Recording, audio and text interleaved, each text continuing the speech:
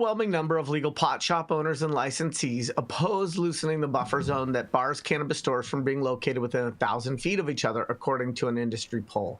The survey conducted by the 300-member New York Cannabis Retail Association found that 94% of respondents objected to changing the proximity protection rule. The State Cannabis Control Board is considering offering waivers to the 1,000-foot rule for municipalities with less than 20,000 residents and the 2,000-foot buffer for towns with less population.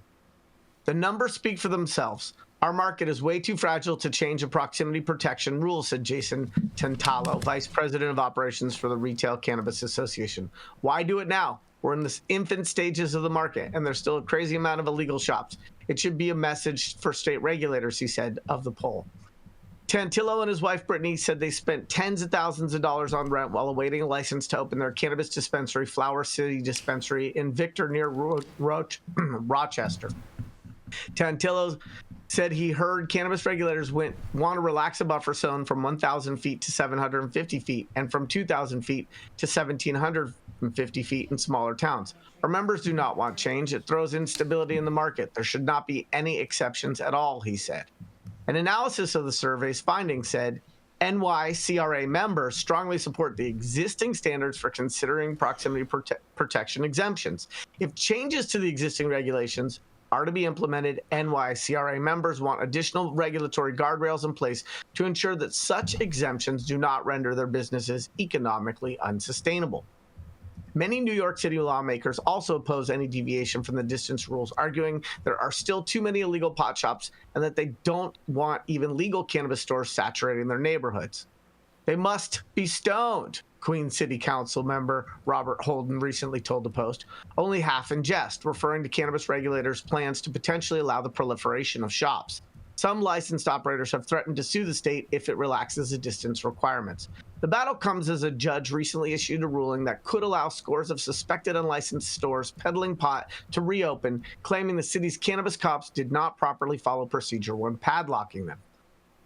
Governor Kathy Hochul had approved a stricter law earlier this year to make it easier for authorities to close illegal shops and make way for legal operators, while Mayor Eric Adams launched Operation Padlock to Protect to shut down unlicensed pot peddlers. There are now 164 licensed cannabis dispensaries in the entire state of New York, with about half of them located in the city and Long Island, and scores more illegal sites. So let me kick this off before asking you what the rest of you think.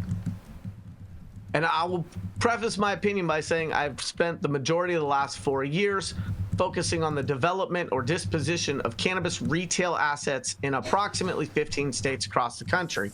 Coupled with my real estate and cannabis experience, I like to think my opinion might matter just a little bit.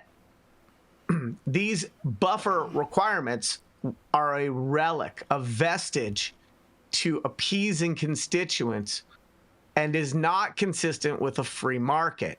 In dense urban environments where you often have otherwise eligible locations radiused out because of sensitive uses like schools and churches, the notion of a 1,000-foot buffer in dense cities like New York City is crazy.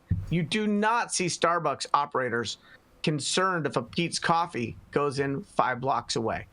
So I believe, and I like Jason, I know Jason a little bit, we've talked a few times, I believe that this is protectionism at its worst for an industry that isn't even out of the gates, and with such a small amount of retail locations, there is a false premise that dealing with the illegal shops is somehow in any way related to these proximity buffers, and the idea that they would remove 250 feet from 1,000 feet or 250 feet from 2,000 feet doesn't even barely move the needle. And so the more qualified locations, the more opportunity, the more retail, the healthier the supply chain, and the easier it'll be for farmers and producers to compliantly monetize their products in a regulated industry. This is Yarrow Kubrin, High at 9 News. I'd like to hear what the rest of you think. You are totally right about that, Yarrow. This is 100% protectionism right here. And, I mean, New York needs to worry about cleaning its market up before they worry about extending the buffer zone and maybe worry about getting more stores open, because that is just ridiculous. And even if they did want to increase the buffer zone, they would need to make it in a form of a walkable distance as opposed to a radius, because New York is too condensed for that. Well, they're talking about not extending. They're talking about reducing, right? So it's currently 1,000 feet in larger markets and 2,000 feet in smaller markets. And they're talking about shaving 250 feet off of that. Now, I don't think that moves the needle, but I don't think it's a step in the wrong direction. I mean, I think that New York is doing a really good job at moving the needle away from what their actual fucking problems are. They're doing a really great job distracting from what they should be doing as regulators and saying, oh, well, maybe it's a buffer zone. It's not the buffer zone. That's not the issue. The people who are buying from the bodega shops are not your fucking issue. If you're out there buying pounds, I'm sorry, buddy, you're not about to go buy a $60 eighth. You're not the same consumer. So it's not going to move the needle at all for these shops. I think that the buffer zone is the dumbest argument that I've heard right now. They need to worry about what they actually need to sort, which is getting more applicants through the process, open and operable, and then let's figure out how to deal with the rest of it. Interesting. Jason didn't even argue. No, I mean, I can't believe that they're really even having this discussion right now in New York. I mean, they have so many other issues that this seems extremely minuscule to me in the greater scope of trying to get businesses open and trying to rein in the trap market.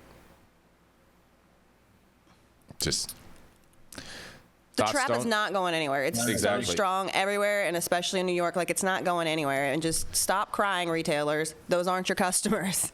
Don't worry. I mean, retailers worry about what's on inside your store and what's going on inside your store instead of the guys that are selling around the corner. They're not going to go in. You're going to stay in business if you're doing it right. So stop worrying about that shit. The thing that I noticed is all of the arguments in this article for why the radius should not be reduced are actually arguments for why the radius should be reduced. The market's too fragile. Great. Open up more retail. Oh, the trap. Great. The more retail locations, the less likely someone's going to go to a trap shop. Every single explanation that was offered by lawmakers, industry stakeholders, and pundits in this article is actually a reason why greater access to brick and mortar would benefit that industry. I mean, I agree with that. And shout out to Troy Lawrence with a big old super chat who says, Rico, too bad Rico's not here anymore. Soon, I didn't even get a T-shirt 1,000 feet. It's messed up. It's messed up. He didn't get that shirt. Damn. Yeah. All right, well. Not even a coffee mug that says, I did High all at this News? and all I got was this, and you know what I mean? I didn't even get a High at 9 News coffee mug.